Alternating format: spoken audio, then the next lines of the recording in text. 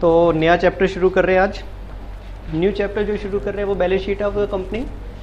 First page अगर आपके notes में आप देखोगे तो आपको बैलेंस शीट का फॉर्मेट नज़र आ जाएगा और जो कंपनी की बैलेंस शीट बनती है वो वैसी देखने में आपको नहीं लगेगी जैसे कि पार्टनरशिप की बैलेंस शीट देखने में लगती है।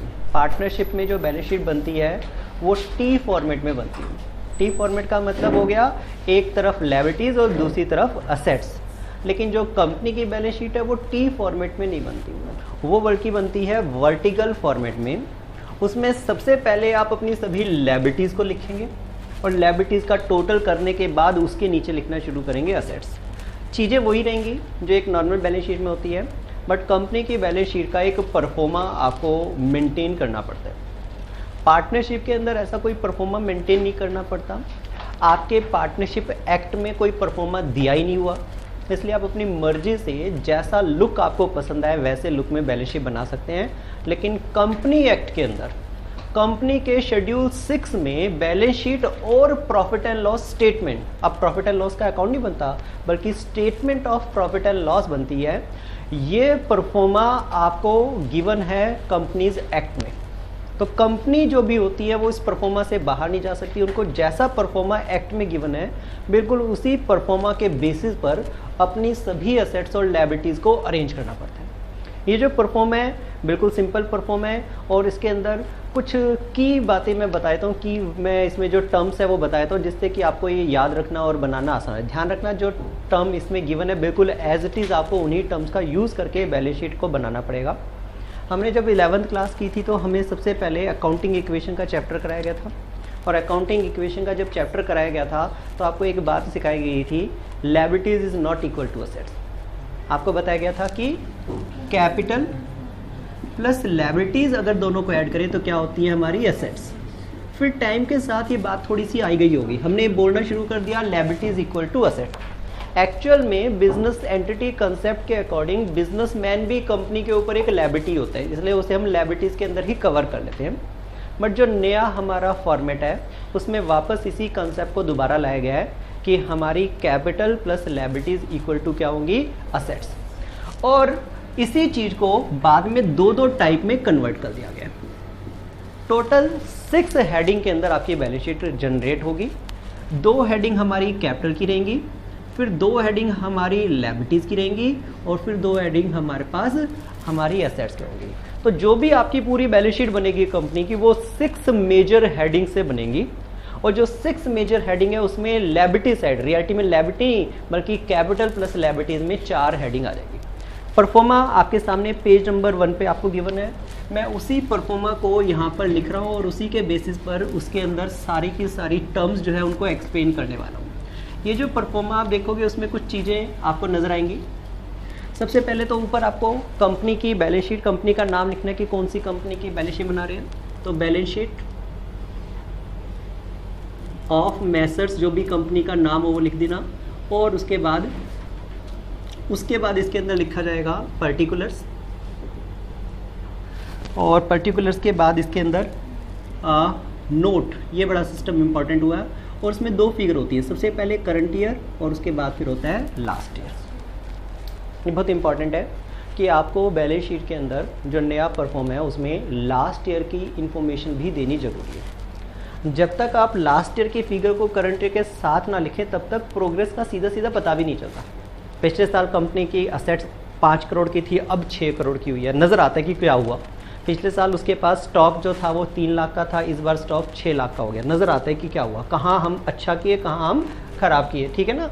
तो इसके लिए रूल बनाया गया कंपनीज एक्ट में कि जो भी कंपनी बैलेंस शीट बनाएगी उसमें वो करंट ईयर की फिगर के साथ साथ लास्ट ईयर की सेम वैल्यू क्या थी वो भी बताएगी। तो लास्ट ईयर की फिगर आपको ऑलरेडी मिल जाएगी प्रीवियस बैलेंस शीट से, आपको करंट ईयर की फिगर सिर्फ इस साल इसमें नहीं डालनी होगी। अच्छा, उसके बाद क्या होगा, इसके बाद मैंने बता दिया कि हमारी जो मेन हेडिंग है इसके अंदर पहले तो ये वाला पार्ट, अब हम लायबिलिटीज इक्वल टू असेट नहीं बोलेंगे बल्कि capital plus liabilities equal to क्या होंगी हमारी असेट्स। अच्छा, कैपिटल जो होती है उसको एक दूसरा नाम भी हम बुलाते हैं, क्या, इक्विटी। इक्विटी मीन्स ऑनर्स का पैसा। तो जो नया परफॉर्म है उसमें कैपिटल को क्या नाम दिया गया, इक्विटी। सबसे पहली हमारी जो हेडिंग बनेगी वो होगी अब equity and liabilities. Equity and liabilities, equity and liabilities का मतलब मैंने ये वाली साइड की बात शुरू कर दी जिसे हम सिर्फ लायबिलिटीज बुलाया करते थे। इसके अंदर टोटल 4 हेडिंग आएंगी। सबसे पहली हेडिंग इसके अंदर जो आई है वो है शेयर होल्डर्स फंड। अगर आप नोटिस करोगे इसमें सबसे पहले ये है share holders fund. Share holder fund माने शेयर होल्डर्स ने कितना पैसा बिजनेस में डाला। अच्छा, जो कंपनी के अंदर शेयर होल्डर होते हैं वो किस वजह से शेयर होल्डर बनते हैं? क्या खरीदा होता है उन्होंने? शेयर्स खरीदे होते हैं। और वो जो शेयर होते हैं रियलिटी में वो कंपनी के अंदर शेयर कैपिटल के नाम से जानी जाती है। तो जो शेयर होल्डर की सबसे पहली मनी होती है बिजनेस में वो किस फॉर्म में होती है? शेयर कैपिटल के फॉर्म में होती है। तो अगर आप नोटिस करोगे तो सबसे पहले इसने शेयर होल्डर्स फंड में ए में क्या लिखा हुआ है कि भैया शेयर कैपिटल में कितना पैसा है पहले तो वो बताइए। अच्छा, शेयर कैपिटल इक्विटी भी हो सकती है और शेयर कैपिटल प्रेफरेंस भी हो सकती है। हो सकता है उसमें कुछ शेयर ऐसे जो फुली कॉल्ड अप है और हो सकता है कुछ शेयर ऐसे जो भी फुली कॉल्ड अप नहीं है। ऑथराइज कैपिटल होती है, सब्सक्राइब कैपिटल होती है। नए परफॉर्मा में इस बात का ख्याल रखा गया है कि सारी खिचड़ी यहीं पे ना आ जाए, कि सारी जानकारी एक ही जगह पे जब लिख दी जाती है ना तो कई बार इंपॉर्टेंट चीज़ों की तरफ से नज़र हमारी हट जाती है, क्योंकि इतनी सारी जानकारी एक ही जगह पे नज़र आ रही है। कौन सी चीज़ इंपॉर्टेंट है, कौन सी नॉन इंपॉर्टेंट, सब इकट्ठी हो गई है, जिसकी वजह से हमारी प्रॉब्लम जो है वो बड़ी हो जाती है। तो ऐसी सिचुएशन में क्या किया गया, नए परफॉर्मा के अंदर इस बात का ख्याल रखा गया कि सारी खिचड़ी ना बन जाए। आपको यहाँ पर सिर्फ टोटल शेयर कैपिटल लिखनी है। उसकी जो डिटेल है उसके लिए यहाँ पे एक कॉलम अगर आप देखो तो नोट नंबर बना हुआ है, नोट, वहाँ पे आप उसका नंबर डालेंगे लाइक नोट नंबर 1। और फिर शेयर कैपिटल की पूरी जानकारी, कितनी ऑथराइज कैपिटल है, कितनी इशूड शेयर कैपिटल है, कितनी सब्सक्राइब्ड है, कितने शेयर फुली पेड अप है, कितने शेयर ऐसे हैं जिन पे कॉल्स इन एरियर है, वो सारी जानकारी आप शेड्यूल में देंगे तो यहाँ पे टोटल नजर आ जाएगा। उसके बाद जिसको ज़्यादा इंपॉर्टेंट या ज़्यादा बारीकी से जानकारी चाहिए वो नोट से जाके उसकी पूरी जानकारी ले, बजाय वो सारी की सारी कहानी यहाँ पे लिखी जाए, हम यहाँ पे सिर्फ ब्रीफली उसका टोटल लिखेंगे। दूसरी चीज़ जो शेयर कैपिटल के साथ आएगी वो है शेयर होल्डर का बिजनेस में और कहाँ पैसा लगता है। जो कंपनी प्रॉफिट कमाती है वो प्रॉफिट किनके हिस्से आता है? शेयर होल्डर्स के। ऑनर का ही तो होता है प्रॉफिट। प्रॉफिट या लॉस किसको पास किया जाता है? शेयर होल्डर को।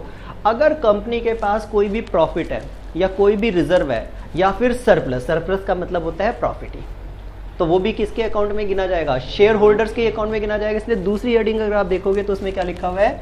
Reserve and surplus. इसके लिए हमें नोट नंबर 2 बनाना पड़ेगा। अच्छा, रिजर्व एंड सरप्लस में क्या आएगा? जितने भी रिजर्व होते हैं, चाहे वो कैपिटल रिजर्व हो, कैपिटल रिडम्पशन रिजर्व हो, आपने उसके अलावा डिबेंचर रिडम्पशन रिजर्व बनाया, जनरल रिजर्व बनाया, सिक्योरिटीज प्रीमियम भी कंपनी के लिए प्रॉफिट होता है, या फिर स्टेटमेंट ऑफ P&L के अंदर बैलेंस पड़ा हुआ है जो कि नेट प्रॉफिट है। जितने भी प्रॉफिट कंपनी के पास होते हैं वो सारे के सारे प्रॉफिट रिजर्व एंड सरप्लस बन जाते हैं। लेकिन सारे प्रॉफिट यहाँ पे नहीं लिखेंगे, हम सारे प्रॉफिट अलग से टोटल करेंगे, यहाँ पे लिखेंगे final value total reserve and surplus. हाँ, नोट नंबर 2 से उसे पता चलेगा कि कितना उसके अंदर जनरल रिजर्व है, कितना उसमें कैपिटल रिजर्व है, कितना उसमें सिक्योरिटीज प्रीमियम है, कितना डिबेंचर रिडम्पशन रिजर्व है, वो सारी चीज़ें अलग से नोट्स में पता चलेंगी। सबको क्लियर है? उसके बाद तीसरी चीज़ जो है वो आपको फिल नहीं करनी पड़ेगी कभी भी फिलहाल, तो वो है money received against share warrant. Against share warrant. ये जो शेयर वारंट होते हैं रियलिटी में वो भी कंपनी की शेयर कैपिटल का ही एक रूप होता है। आपके लेवल पे शेयर वारंट के अंदर आपकी कैपिटल कन्वर्ट नहीं की थी। आपके केस के अंदर आपने जो अभी तक सीखे उसमें कंपनी की जो कैपिटल होती है वो शेयर कैपिटल के फॉर्मेट में होती है। क्या होता है शेयर वारंट बता दूं मैं। शेयर वारंट शेयर कैपिटल का ही एक रूप होता है और जो लोग शेयर कैपिटल में पैसा लगाते हैं वही लोग चाहें तो अपने शेयर को वारंट में कन्वर्ट करा सकते हैं। वारंट की खास बात यह है कि वारंट किसी भी फ्रैक्शन में डील किया जा सकता है। इस आपके लेवल पे इसकी कोई ज़रूरत नहीं पड़ेगी आपको शेयर वारंट की, तो आपके लिए 2 मेन हेडिंग ही ज़रूरी होंगी, नंबर 1 शेयर कैपिटल और नंबर 2 रिजर्व एंड सरप्लस। अच्छा, जो दूसरी इसमें हेडिंग है वो भी आपके लिए यूजलेस ही रहेगी, वो है इसमें share application money pending allotment. Share application money pending allotment क्या मतलब है इस बात का? कंपनी ने शेयर की एप्लीकेशन मनी तो रिसीव कर लिया है लेकिन अभी तक अलॉटमेंट नहीं हुआ।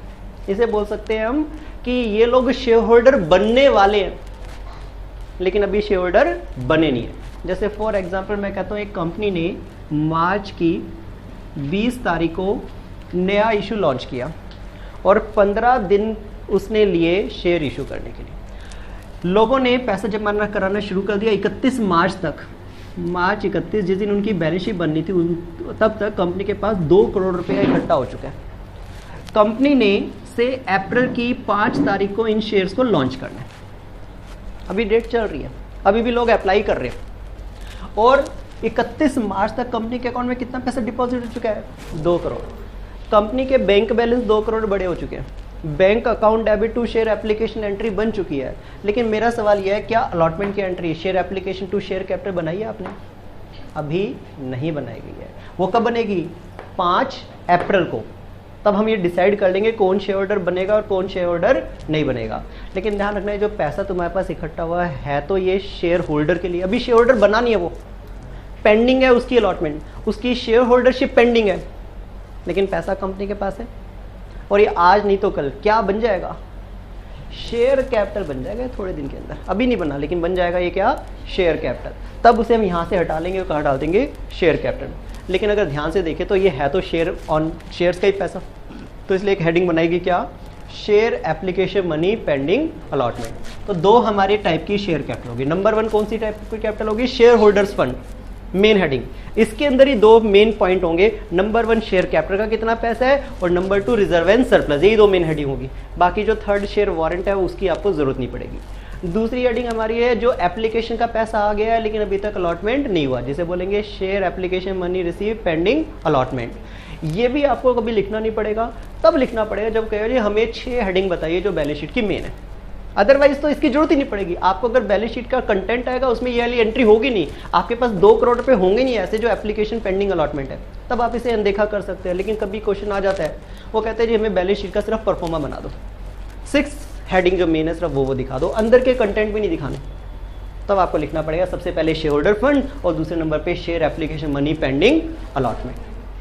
ठीक है जी, याद रहेगा अभी दोनों पार्ट। अब आ जाते हैं हम लायबिलिटीज के अंदर। लायबिलिटीज और असेट्स दोनों बिल्कुल सिमिलर परफॉर्मा में आएंगी और दोनों 2 ही टाइप की हो सकती हैं।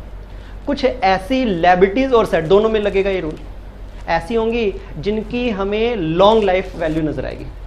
लाइक लोन, 5 साल के लिए लोन आपने ले लिया, जिसे बोलते हैं नॉन करंट। और कुछ ऐसी चीजें होंगी जो शॉर्ट ड्यूरेशन में यूज हो जाती हैं, जिनको क्या बोलते हैं हम? करंट। तो अब आपके पास जो चीजें आएंगी वो 2 ही होंगी। नंबर 1 नॉन करंट लायबिलिटीज, फिर उसके बाद करंट लायबिलिटीज। असेट्स में भी क्या होगा? नॉन करंट असेट्स और उसके बाद क्या हो जाएगा? Current assets. ठीक है, तो सबसे पहले अब लायबिलिटीज की हेडिंग शुरू करते हैं। फर्स्ट लायबिलिटी की हेडिंग क्या आएगी हमारी, जिसे बोलेंगे हम non current liability. Non current liability. अच्छा, नॉन करंट लायबिलिटीज में क्या आएगा? टोटल 4 हेडिंग इसमें सब हेडिंग बनाई गई है। सबसे पहली हेडिंग बनाई गई है इसके अंदर लॉन्ग टर्म बोरिंग, यही है लॉन्ग टर्म बोरिंग्स। क्या आएंगी लॉन्ग टर्म बोरिंग्स का मतलब?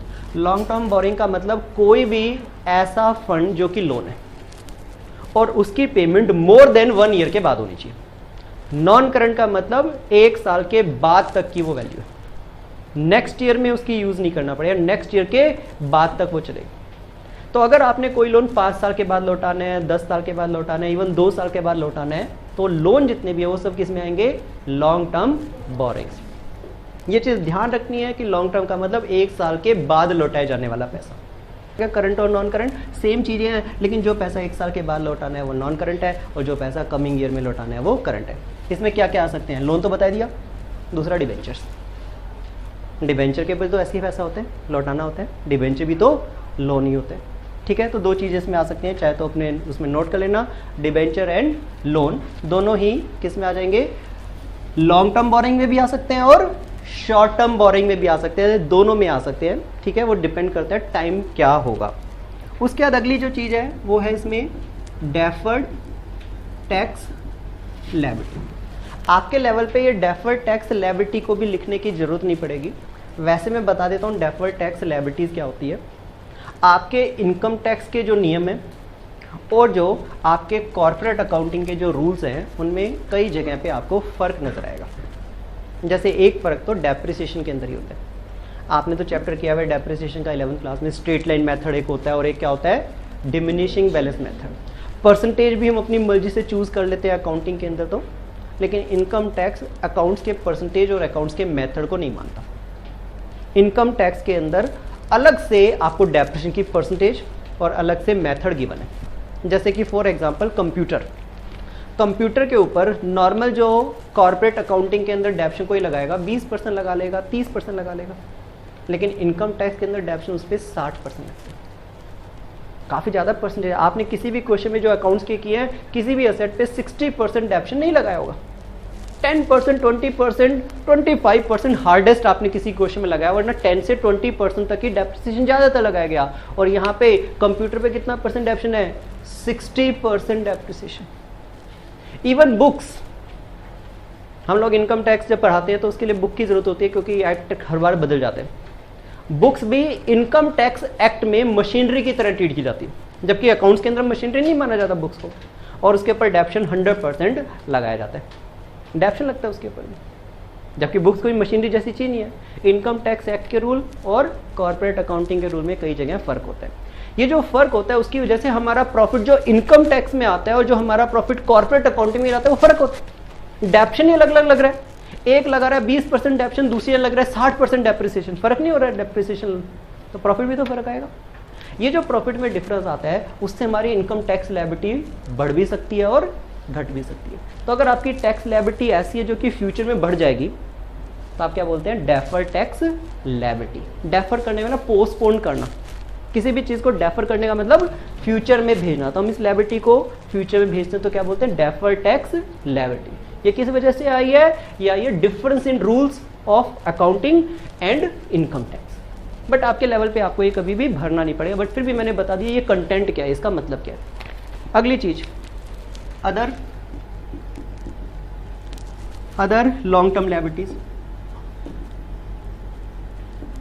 इसमें क्या आएगा? अदर लॉन्ग टर्म लायबिलिटीज, कोई भी ऐसी और लायबिलिटी जो प्रोविजन के अलावा है। इसमें एक आखिरी चीज पहले बता दूं, डी एंट्री बी एस में, वो है लॉन्ग टर्म प्रोविजंस।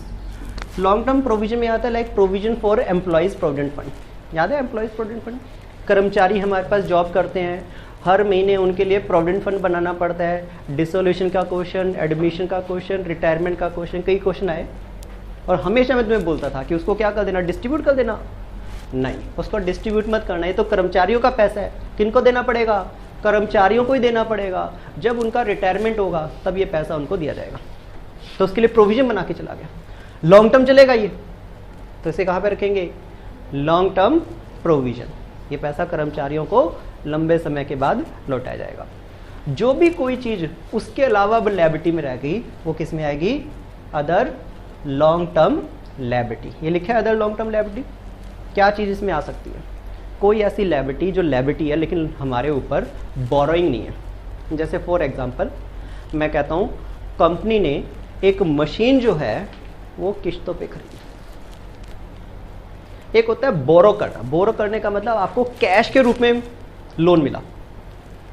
मैंने कहा जी मुझे फैक्ट्री चलानी है, मुझे बैंक से लोन दिलवा दो, तो मैंने लोन ले लिया। किस फॉर्म में लिया? कैश की फॉर्म में। उसे क्या बोलेंगे? बोरिंग, कर्जा है। अब मैंने एक मशीन खरीदी थी, मैं शॉपकीपर के पास गया, मैंने मशीन खरीदी, उसने किश्तें बना दी उसकी। ध्यान रखना ये लोन है, लोन नहीं है ये फाइनेंस कराया। लोन मैंने लिया कैश की फॉर्म में होता है वो, मैंने उसे फाइनेंस कराया, लायबिलिटी लॉन्ग टर्म क्रिएट हो गई। इसे किस में लिखेंगे? Other long term liability. Borrow करने का मतलब कैश के रूप में पैसा लेना, और अदर करंट लायबिलिटीज में कहा जाएगा जो कैश के रूप में नहीं मिला आपको लेकिन लायबिलिटी क्रिएट हो गई। ठीक है, तो जो किश्ते विश्तों पे इंस्टॉलमेंट में मशीनरी वगैरह खरीदी जाती है वो किस में आ जाएंगी? अदर लॉन्ग टर्म लायबिलिटीज में आ जाएंगी। नेक्स्ट उसके बाद करीब करीब सेम एंट्री दोबारा आएंगी। सबसे पहले शॉर्ट टर्म बोरिंग तो आपको क्लियर हो चुका है, ये लोन ही है, कैश के रूप में हमें मिला है लेकिन थोड़े समय में लौटाना पड़ेगा। और जो ए कैटेगरी ऊपर थी वही मूव करके इस कैटेगरी में कन्वर्ट होती रहती है। फिर है ट्रेड पेबल्स। ट्रेड पेबल्स का क्या मतलब होता है? Bills payable and creditors. जो बिजनेस के कर्जे हैं, जो बिजनेस का सामान खरीदने के कारण लायबिलिटीज क्रिएट हुई है उसको क्या बोलते हैं? Trade payable. इसमें दो चीजें आएंगी, क्रेडिटर्स आएंगे और बिल्स पेबल आएंगे। सी इसमें other current liabilities. Other current liabilities में क्या आएगा? अभी यहाँ पे हमने शॉर्ट टर्म बोरोइंग कर ली थी। ऐसी कोई लायबिलिटी जो बोरो नहीं किया लेकिन तब भी शॉर्ट टर्म है, जैसे कि कस्टमर से एडवांस मिल गया, हमने कोई उससे बोरो नहीं किया, बोरो करने मतलब लोन लेना, वो हमें एडवांस दे दिया, ठीक है। तो अगर कोई कस्टमर एडवांस दे गया तो लायबिलिटी तो हमारे पर होगी, बोरो भी नहीं किया हमने लेकिन फिर भी लायबिलिटी क्रिएट होगी। तो एडवांस रिसीव करना, एडवांस इनकम आ जाना, वो किस में आ जाएगा, अदर करंट लायबिलिटीज। और लास्ट में इसके अंदर क्या है, वो है short term provisions. Short term provision में क्या आ जाएगा, प्रोविजन जितने भी शॉर्ट टर्म है, जैसे इनकम टैक्स का प्रोविजन, प्रोविजन फॉर टैक्सेशन हो गया, प्रोविजन फॉर डिविडेंड हो गया जिसे प्रपोज डिविडेंड बोलते हैं, प्रोविजन फॉर कॉन्टीजेंसी हो गया। कोई भी छोटा मोटा प्रोविजन आपने अगर बनाया तो वो किसकी कैटेगरी में आ जाएगा, short term provision. Long term provision already ऊपर आ चुके हैं, शॉर्ट टर्म प्रोविजन यहाँ पे आ जाएगा।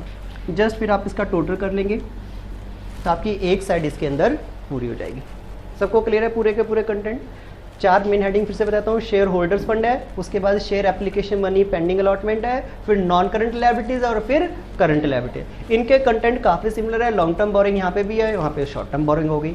डेफर्ड टैक्स लायबिलिटी है, अदर लॉन्ग टर्म प्रोविजन है और अदर लॉन्ग टर्म लायबिलिटी है और लॉन्ग टर्म प्रोविजन है। यहाँ पे देखोगे तो बस क्या है, ये डेफर्ड टैक्स लायबिलिटी में फर्क है सिर्फ। यहाँ पे डेफर्ड टैक्स लायबिलिटी थी, उसकी जगह यहाँ पे क्या आ गया, ट्रेड पेबल, बाकी सारी चीजें सेम है। यहाँ पे भी अदर लॉन्ग टर्म लायबिलिटी थी, यहाँ पे उसकी जगह अदर करंट लायबिलिटी हो। यहाँ पे क्या था, लॉन्ग टर्म प्रोविजन, यहाँ पे उसकी जगह क्या हो गया, शॉर्ट टर्म प्रोविजन। तो सारे कंटेंट सेम है, बस यहाँ पे डेफर्ड टैक्स लायबिलिटी और यहाँ पे ट्रेड रिसीवेबल है। इसके बाद फिर इसकी असेट साइड की, ठीक है।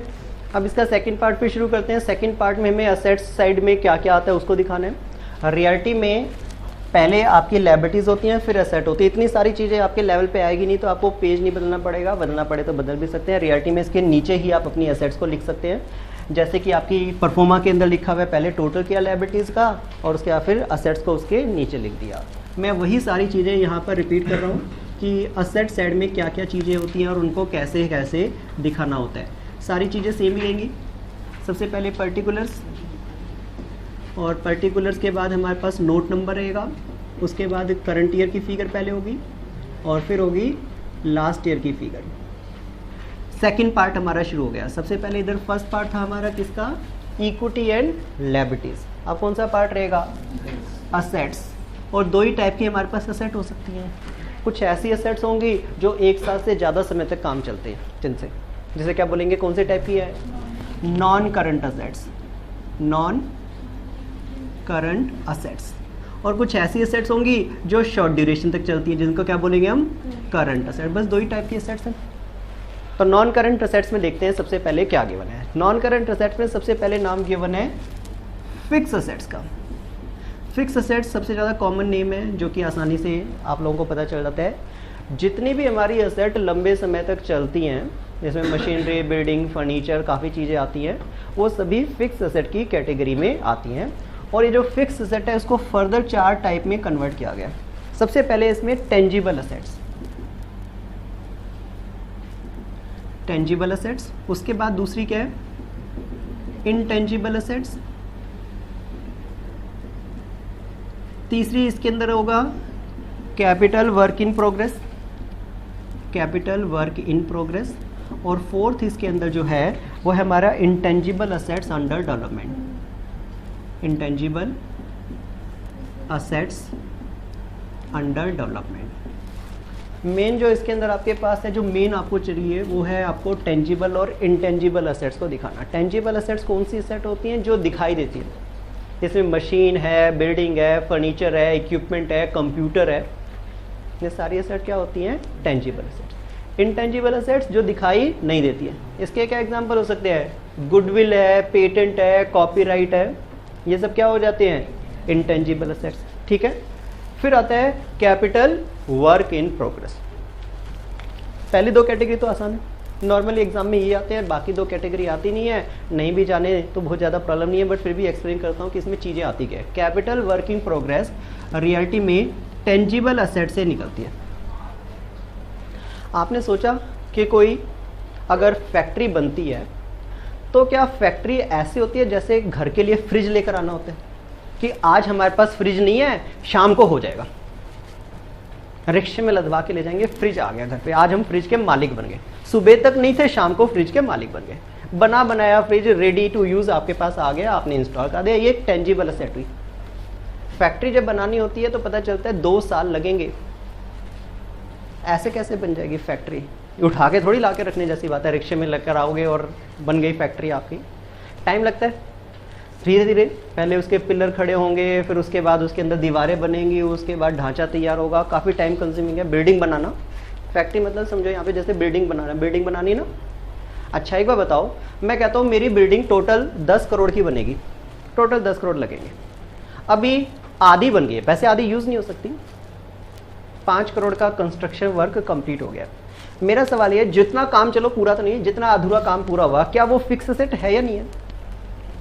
5 करोड़ रुपए ठीक है, 10 करोड़ की टोटल बनेगी, 5 करोड़ रुपए मेरे लग चुके हैं। वो 5 करोड़ जो लगे हैं वो फिक्स सेट में लगे हैं या नहीं लगे? लेकिन अभी वो बिल्डिंग के रूप में यूज नहीं की जा सकती। बिल्डिंग के रूप में यूज की जा सकती है, अभी वो यूजफुल है नहीं, बट मेरे लिए एक फिक्स सेट जनरेट हो रही है, क्रिएट हो रही है। तो मैं क्या बोलूंगा?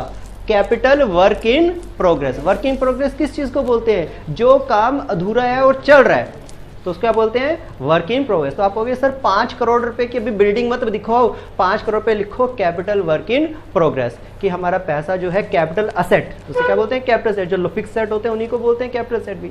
तो हमारा पैसा फिक्स सेट में इन्वेस्ट हो रहा है, तो उसे बोलेंगे कैपिटल वर्क इन प्रोग्रेस। थोड़े दिन में हेडिंग गायब हो जाएगी। जब बिल्डिंग रेडी हो जाएगी, हम यहाँ से उठा के उसे किस में डाल देंगे? टेंजिबल असेट्स में, बिल्डिंग की हेडिंग में, तब दिखाना शुरू कर देंगे। सबको क्लियर है? दूसरा है इंटेंजिबल असेट्स अंडर डेवलपमेंट, वो इससे बनेगा। क्या लिखा? क्लियर लिखना, इंटेंजिबल असेट्स अंडर डेवलपमेंट। ये इंटेंजिबल असेट है जिसका डेवलपमेंट हो रहा है। क्या इंटेंजिबल असेट्स का भी डेवलपमेंट होता है? बिल्कुल डेवलपमेंट होता है। आप ऑपरेटिंग सिस्टम घर में, कंप्यूटर में जरूर कोई ना कोई यूज करते होंगे। मोस्टली कौन सा यूज करते हैं? विंडोज 8 होगा, विंडोज 10 होगा, या विंडोज 7 होगा। अच्छा ये बात बताइए, जादू से बन जाता है वो? माइक्रोसॉफ्ट ने बनाया, कुछ पैसा वैसा लगा होगा या नहीं लगा होगा? अच्छा 2-4 दिन में बन जाता है? पता चलता है कि इस सॉफ्टवेयर को बनाने के लिए माइक्रोसॉफ्ट ने 1000 करोड़ रुपए इन्वेस्ट किए।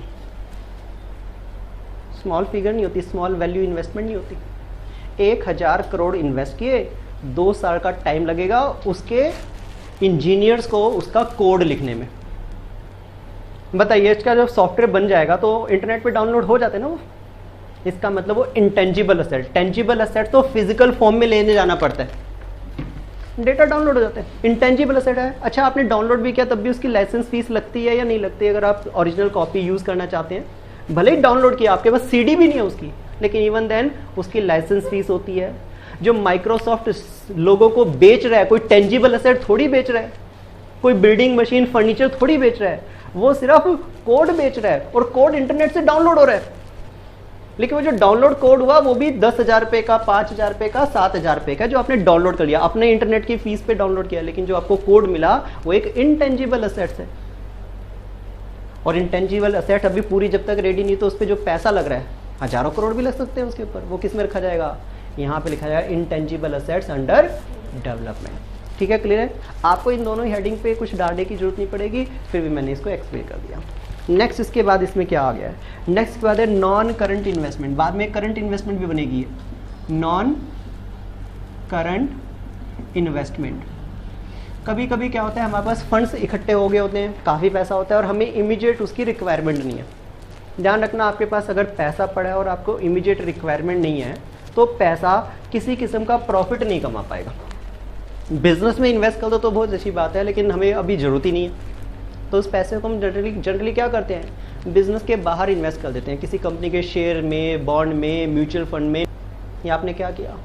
जो आपका पैसा था उसको बिजनेस के बाहर कहीं लगा दिया, थोड़े समय के लिए लगाए तो करंट इन्वेस्टमेंट, और अगर 1 साल से ज़्यादा समय के लिए आपने जमा करा दिया पैसा तो क्या बोलेंगे?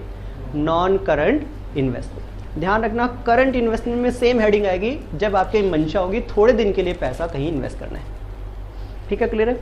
तो इसमें क्या जाएंगे? दूसरी कंपनी के share, debenture, bond, mutual fund, ये सारी चीज़ें इसमें आ सकती है। चाहे तो नोट कर लेना चीज़ें, शेयर, डिबेंचर, बॉन्ड और mutual fund of other company. तीसरी हेडिंग इसमें क्या है? Deferred tax asset. यहाँ पे डेफर्ड टैक्स लायबिलिटी आई थी, यहाँ पे क्या आ गया? डेफर्ड टैक्स, अरे इनकम टैक्स का डिफरेंस जो होता है वो हमेशा लायबिलिटी थोड़ी होता है, लायबिलिटी भी बन सकता है वो, और हमारे लिए फ्यूचर का बेनिफिट भी बन सकता है। ठीक है, अगर वो बेनिफिट बन गया तो क्या बोलेंगे उसे, डेफर्ड टैक्स असेट्स, और लायबिलिटी बन गया तो क्या बोलेंगे, डेफर्ड टैक्स लायबिलिटी। दोनों में से कोई एक ही साइड आएगा, दोनों साइड बैलेंस नहीं आएगा। नेक्स्ट इसके बाद क्या है, long term loan and advance. ये जो long term loans and advance है, ये रियलिटी में यहां पे जाके लॉन्ग टर्म बोरिंग बन जाते हैं। मैं कहता हूं एक कंपनी है और एक बी कंपनी है, दोनों कंपनी है। ए कंपनी ने बी कंपनी को 5 करोड़ रुपए का लोन दे दिया। ए कंपनी ने बी कंपनी को 5 करोड़ का लोन दे दिया, तो बी कंपनी के ऊपर तो लायबिलिटी होगी, वो कहेगी लॉन्ग टर्म बोरिंग है हमारे लिए। हम तो यहाँ पे देखेंगे बी कंपनी कहाँ पे दिखाएगी, यहाँ पे दिखाएगी लॉन्ग टर्म बोरिंग। लेकिन जिस कंपनी ने दिया है लोन वो भी तो दिखाएगी कहीं पे, उसके लिए थोड़ी लायबिलिटी है, उसके लिए तो ये एसेट है, वो कहाँ दिखाएगी इसे, वो दिखाएगी long term loans and advances. जो देने वाली कंपनी है उसके लिए एसेट है, जिसने पैसा लिया है उसके लिए वो लायबिलिटी है। तो जो कंपनी दे रही है पैसा वो कहाँ दिखाएगी, long term loans and advance, advance दिया या फिर लोन दिया। और ध्यान रखना थोड़े समय के लिए भी दे सकते हैं, तो सेम यही चीज शॉर्ट टर्म में भी आ जाएगी, करंट में भी आ जाएगी, सेम चीज। नेक्स्ट उसके बाद क्या आ गया इसके अंदर, नेक्स्ट इसके बाद इसमें है other non current assets. Other non current assets में क्या आएगा, आपके पास और कोई भी ऐसी एसेट रह गई है, इसमें फिक्टिशियस एसेट्स भी शामिल है, like preliminary expenses, discount on issue of debenture, expense on issue of debenture, जिन्हें किसी वजह से प्रॉफिट एंड लॉस अकाउंट में नहीं डाला गया और लंबे समय तक हम उसे राइट ऑफ करेंगे। प्रिलिमिनरी एक्सपेंसेस समझते हैं क्या होते हैं, प्रिलिमिनरी एक्सपेंस होते हैं बिजनेस को जब स्टार्ट किया तो हमारा कुछ खर्चा हो गया, स्टार्टिंग का खर्चा, ये कोई रनिंग एक्सपेंस नहीं, बिजनेस को चलाने का खर्चा नहीं है, स्टार्ट करने का खर्चा था, उसमें में लीगल कंसल्टेंसी करानी पड़ी, उसके अंदर हमें कंपनी का रजिस्ट्रेशन चार्जेस देना पड़ा। ये प्रिलिमिनरी स्टार्टिंग वर्क जो आपने किया, ये जो स्टार्टिंग वर्क आपने किया वो एकदम से पहले साल के पीनल अकाउंट में नहीं डाला जा सकता, क्योंकि वो सिर्फ करंट ईयर के लिए नहीं किया, वो तो होल लाइफ के लिए किया गया। आप करंट ईयर के पीनल अकाउंट में कौन से खर्चे दिखाएंगे, जिनका वास्ता करंट ईयर से। अगर अगले साल का कोई खर्चा आपने कर दिया तो उसे एडवांस मानते हैं, उसे इस साल नहीं डालते, उसे अगले साल पीनल में डालते। जिस टाइम के लिए खर्चा है उसी टाइम के पीनल में तो डालोगे। अब मैंने बिजनेस को स्टार्ट करने में मैं कहता हूँ कि इसे 10 लाख रुपए खर्च कर दिए, अब ये 10 लाख का खर्चा जो है वो सिर्फ करंट ईयर के लिए किया मैंने, नहीं मैंने होल लाइफ किया वन टाइम, तो उसे होल लाइफ दिखाना पड़ेगा पीनल में। लेकिन होल लाइफ में हम दिखा नहीं सकते, हमें होल लाइफ का पता नहीं होता, तो हम कहते हैं चलो ये खर्चा करते हैं, होल लाइफ का पता नहीं, चलो 5 साल में इसे बांट देते हैं, ज़्यादा का तो नहीं लेकिन कम से कम 5 साल में इस खर्चे को पीनल में भेजेंगे। तो 10 लाख का खर्चा हुआ, 2-2 लाख करके ये सारा इसी साल के पीनल में नहीं डाल देंगे, 2-2 लाख रुपए करके पीनल में भेजना शुरू करेंगे। तो पहले साल आपने 2 लाख पीनल में भेज दिया, कितना बचा, 8 लाख। खर्चे का बैलेंस डेबिट होता है, जितने भी एक्सपेंस होते हैं सबका बैलेंस कौन सा होता है, डेबिट। और इनकम का टेक्निकली डेबिट बैलेंस असेट्स का भी होता है, हर असेट का भी तो डेबिट बैलेंस होता है। अब है तो ये एक्सपेंस, लेकिन अगर किसी भी एक्सपेंस का बैलेंस बच गया तो डेबिट साइड में बचेगा। और बैलेंस शीट के अंदर मैं बता दूं, सिर्फ वो चीजें ही नहीं आती जो कि जेन्युइन असेट होती हैं, बल्कि हर वो चीज जिसमें डेबिट बैलेंस है और अगर लास्ट डेट को भी अकाउंट में पड़ा है वो बैलेंस, तो आपको फोर्सफुली उसे एसेट साइड में डालना ही पड़ेगा। बैलेंस शीट माने जो हमारे पास बैलेंस बचे रह गए उन सबको इस शीट में डाल रहे हैं। ये मत सुनना बैलेंस शीट का मतलब असेट्स और लायबिलिटीज की शीट होती है, हम बोल देते हैं कि मेनली इसमें असेट्स और लायबिलिटीज आती हैं। असलियत में इसमें जितने भी डेबिट बैलेंस हमारे पास है आफ्टर P&L अकाउंट, और जितने भी क्रेडिट बैलेंस है आफ्टर P&L अकाउंट, सब यहाँ पे आते हैं सारे बैलेंस। अब वो डेबिट बैलेंस होगा तो असेट्स में जाएगा और क्रेडिट बैलेंस है तो लायबिलिटीज में। तो है तो ये असेट नहीं है, तो इसमें क्या नुकसान ही, हमारा खर्चा ही है। लेकिन हमारे पास अगर डेबिट बैलेंस है तो असेट साइड में एक जगह रखनी पड़ेगी, और कहाँ पे हो जाएगी वो, अदर नॉन करंट असेट्स। इसमें भी वो वाला पोर्शन जिसे आप इस साल P&L में डालने वाले हैं, वो नॉन करंट असेट्स से हटके कहाँ पे चला जाएगा, करंट असेट्स में। जैसे कि यहाँ पे लोन शिफ्ट हो रहा था, वैसे यहाँ से भी शिफ्टिंग होगी, ठीक है। उसके बाद लास्ट इसके अंदर 2 ही टाइप की असेट होंगी। सेकेंड टाइप असेट क्या रहेगा हमारा, करंट असेट्स। करंट असेट्स में सबसे पहले क्या आ गया, सबसे पहले है इसमें करंट इन्वेस्टमेंट। देखो पहले आ चुकी है नॉन करंट इन्वेस्टमेंट, अब क्या आ गई उसकी जगह करंट इन्वेस्टमेंट। आपकी मंशा थोड़े समय तक इन्वेस्टमेंट करने के तो करंट इन्वेस्टमेंट, आपकी मंशा लंबे समय तक पैसा इन्वेस्ट करने के तो नॉन करंट इन्वेस्टमेंट। दूसरा इसमें आ गया इन्वेंट्रीज। इन्वेंट्री का मतलब समझते ना, इन्वेंट्रीज का मतलब होता है stock and consumable. Stock and consumable. Stock क्या होता है, जो चीज़ बेचने के लिए रखी जाती है उसे हम बोलते हैं नॉर्मली स्टॉक, जिसे बोलते हैं स्टॉक इन ट्रेड। क्या बोलते हैं इसे, स्टॉक इन ट्रेड। एक होते हैं कंज्यूमेबल। कंज्यूमेबल भी इन्वेंट्रीज में आते हैं। कंज्यूमेबल वो बोलते हैं बेचने के लिए नहीं है लेकिन फैक्ट्री में यूज़ करने के लिए। लाइक ऑयल है, ग्रीस है, हमारे पास मशीन है उसमें ऑयल भी डलता है ग्रीस भी डलता है, तो ऑयल और ग्रीस को किस में रखेंगे, इन्वेंट्री में। कंज्यूमेबल कहलाता है वो। बेचते नहीं है ऑयल और ग्रीस, हमने दुकान नहीं खोली ऑयल और ग्रीस को बेचने की, लेकिन यूज़ होता है वो और उसका भी स्टॉक होता है, तो किस में आ जाएगा, इन्वेंट्रीज। अच्छा एक और चीज़ होती है इसमें लूज टूल्स। एक आइटम आप देखोगे कि लूज टूल्स कहाँ आते हैं, कई बार सवाल आता है लूज टूल्स कहाँ पे शो किए जाते हैं। मैं बता दूं ये इंडस्ट्री टू इंडस्ट्री वेरी करता है कि लूज टूल की नेचर क्या है और कंपनी उसे यूज़ कैसे करती है। ये इंडस्ट्री टू इंडस्ट्री, एक इंडस्ट्री में एक टाइप से लूज टूल यूज़ होते हैं, दूसरी इंडस्ट्री में दूसरे टाइप से यूज़ होते हैं। अगर वो टूल्स ऐसे हैं, लूज टूल्स का मतलब औजार वगैरह, मैं कहता हूँ कि हमारा काम क्या है, मोटर और जो स्कूटर और कार है उनको रिपेयर करने की हमारी दुकान है, हम रिपेयर करते हैं। अच्छा रिपेयर करते हैं तो दो तरह की चीज़ें उसमें होती है। एक तो वो चीज़ें होती हैं जो उसके अंदर पार्ट्स होते हैं जो हम डाल देते हैं, उसके तो पैसे ले लेते हैं। हमने कहा तुम्हारा तो साइलेंसर खराब है स्कूटर का, पार्ट डाला पैसे लिए। किसी के अंदर जो है उसका टायर बदला, उसके पैसे लिए। ये चीज़ें तो हमारी सेल होती है। अच्छा बदलने के लिए, टायर बदलने के लिए, साइलेंसर बदलने के लिए उसके पास क्या होते हैं, पेचकस होता है, प्लास होता है, बाकी चीज़ें होती हैं, उसके भी पैसे लेते हैं। भैया प्लास भी लगेगा इसके अंदर, पेचकस लगेगा, उसके भी पैसे। वो ये यूज़ करता है अपने बिजनेस के अंदर। अच्छा वो पूरी ज़िंदगी यूज़ कर सकता है क्या, उनको टूट जाते हैं, उनके अंदर जो ग्रिप खराब हो जाती है वो भी उनको बदलने पड़ते हैं।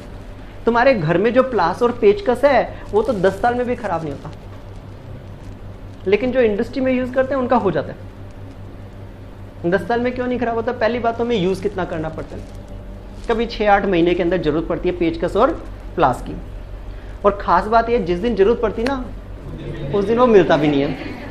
ठीक है, तो हमारे घर में टूल्स का क्या इस्तेमाल होता है आपको सबको पता है, तो इसलिए सालों साल चलते नजर आते हैं कि वो फिक्स सेट है, रियलिटी में वो फिक्स सेट नहीं है। ठीक है, तो दो टाइप के हो गए ये। पहली बात तो उसके लिए वो खराब होते रहते हैं, खराब होते रहते हैं, वो उसे स्टॉक की तरह ट्रीट कर सकता है। अगर उसने स्टॉक की तरह ट्रीट किया तो कहाँ पे लिखेगा, उसे भी वो इन्वेंट्री में लिखेगा। अच्छा कुछ लोग होते हैं वो कहते हैं नहीं जी हमारा जो होता है वो चल जाता है, काफ़ी चल जाता है, हमारे ऐसे जल्दी खराब नहीं होते। हम कहते हैं ठीक है भाई, अगर तेरा चल जाता है तो फिर डैप्शन लगा ले।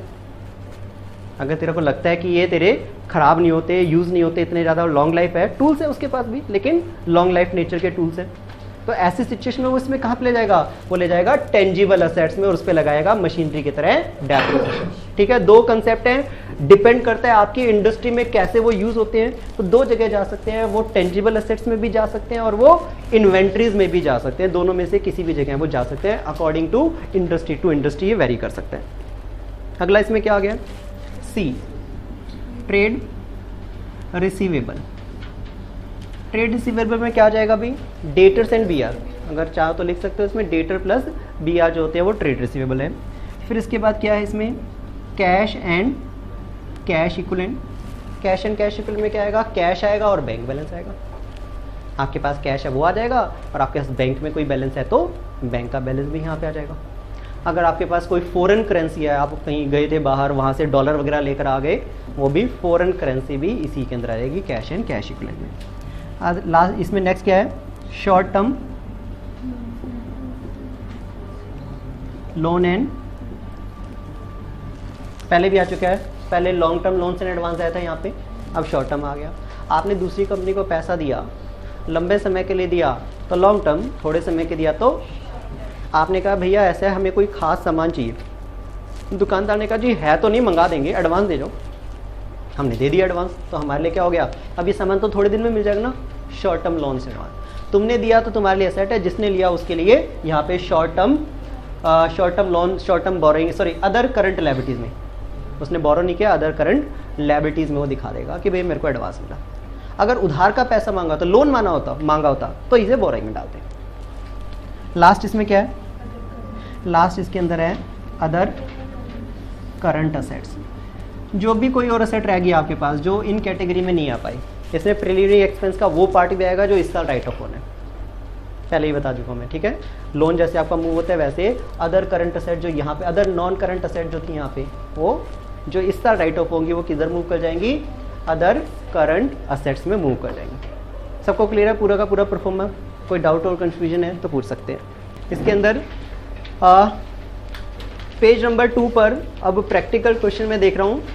फर्स्ट क्वेश्चन जो यहाँ पे गिवन है उसमें लिखा है give the format of balance sheet of company main heading only as per the requirement of schedule 6 of companies act 2003। कह रहा है जी हमें परफॉर्मा बना के दिखाओ बैलेंस शीट का कैसा होता है, सिर्फ मेन हेडिंग बतानी है, अंदर की सब हेडिंग बताने की आवश्यकता नहीं है। 6 चीज़ें लिखनी पड़ेंगी आपको, परफॉर्मा यहाँ पे गिवन ही है। सबसे पहले आप लिखेंगे शेयर होल्डर फंड, दूसरा लिखेंगे share application money pending allotment, फिर नॉन करंट लायबिलिटीज और फिर करंट लायबिलिटीज टोटल। उसके बाद क्या लिखेंगे, non current assets asset side में, और उसके बाद करंट असेट्स। तो एग्जाम में अगर परफॉर्मा आ गया 3 नंबर का तो ये आपको सिर्फ 6 चीज़ें दिखानी है और आपका क्वेश्चन कंप्लीट हो जाता है, ठीक है। अगला सवाल क्वेश्चन नंबर 2। क्वेश्चन नंबर 2 में लिखा है under what broad heading will you show the following item of balance sheet in the balance sheet of a limited company। Pro forma नहीं पूछा उसने, सिर्फ पूछा है कि भैया ये बताइए कौन कौन सी हेडिंग में ये चीज़ें आएगी। सबसे पहले इस क्वेश्चन के अंदर हमें जो आइटम है उसका नेम लिखना है, आइटम नेम, फिर उसके बाद इसकी हेडिंग कौन सी होगी, और उसके बाद फिर सब हेडिंग कौन सी होगी। सब हेडिंग इसके साथ लिखता हूँ इफ एनी, मतलब कोई ज़रूरी नहीं है सब हेडिंग हो, अगर होगी तो डाल देंगे, हो सकता है सब हेडिंग की ज़रूरत ही ना पड़े। सबसे पहले इसके अंदर आ गया है सिक्योरिटीज प्रीमियम। बताओगे जी सिक्योरिटी प्रीमियम कंपनी के लिए क्या होते हैं, कौन सी हेडिंग में है, ये रिजर्व एंड सरप्लस है। अब रिजर्व एंड सरप्लस ऊपर सारे में, ये सब हेडिंग है रिजर्व एंड सरप्लस। सबसे पहले शेयर होल्डर फंड की हेडिंग में आते हैं। मुझे पता तो है ये क्या है, ये रिजर्व एंड सरप्लस है, लेकिन रिजर्व एंड सरप्लस सब हेडिंग है, इसकी हेडिंग क्या है, शेयर होल्डर्स फंड। हम कहेंगे शेयर होल्डर फंड के अंदर 2 चीजें आती हैं, एक तो शेयर कैपिटल आती है, दूसरी रिजर्व एंड सरप्लस, तो ये रिजर्व एंड सरप्लस में आएगा। आगे उसके बाद क्या है, प्रिलिमिनरी एक्सपेंसेस। अब प्रिलिमिनरी एक्सपेंस तो मैंने बता दिया, अदर करंट असेट्स है, ये डेबिट बैलेंस की वजह से, रियलिटी में एसेट नहीं है तो डेबिट बैलेंस है, अदर करंट असेट्स है, तो मेरे को पता चल गया ये अदर करंट असेट है, लेकिन इसकी हेडिंग भी होगी। कौन सी है इसकी हेडिंग, इसकी हेडिंग है हमारी नॉन करंट असेट्स। चेक करो, non current assets, sorry other non current asset होगी, यहाँ पे लिखना पड़ेगा other non current asset, other non current asset, ठीक है। क्लियर है भैया, देख लो चेक कर लो, ये हेडिंग है इसमें अदर नॉन करंट असेट में, मेन हेडिंग इसकी क्या है, नॉन करंट असेट्स। अगला नाम क्या है भाई, बिल्स रिसीवेबल। बिल्स रिसीवेबल क्या होते हैं, ट्रेड रिसीवेबल है। ज़्यादातर आपको पहले सब हेडिंग याद आएगी, पहले आपको सब हेडिंग याद आएगी। अब ट्रेड रिसीवेबल किस में आते हैं, current assets, current asset, trade receivable है और इसकी मेन हेडिंग क्या है, करंट असेट्स। अगला क्या गिवन है इसमें, गुडविल। गुडविल क्या होती है, इंटेंजिबल असेट्स होती है, और इंटेंजिबल असेट्स फिक्स एसेट के अंदर आता है, और फिक्स एसेट खुद भी किस में आता है, नॉन करंट असेट्स। उसमें लिखेंगे क्या है ये, फिक्स असेट्स, और फिक्स असेट्स के अंदर भी क्या है ये, इंटेंजिबल असेट। आपको सारी बातें लिखनी है कि कहाँ पे आता है ये इंटेंजिबल असेट्स है फिक्स असेट की कैटेगरी में। और लास्ट में क्या है, ऑथराइज्ड शेयर कैपिटल। कहाँ पे आएगा भी ऑथराइज्ड शेयर कैपिटल, ये तो शेयर कैपिटल होती है, और शेयर कैपिटल किसका पार्ट होता है, शेयर होल्डर्स फंड, ठीक है। यहाँ पे जाके ये क्वेश्चन कंप्लीट है।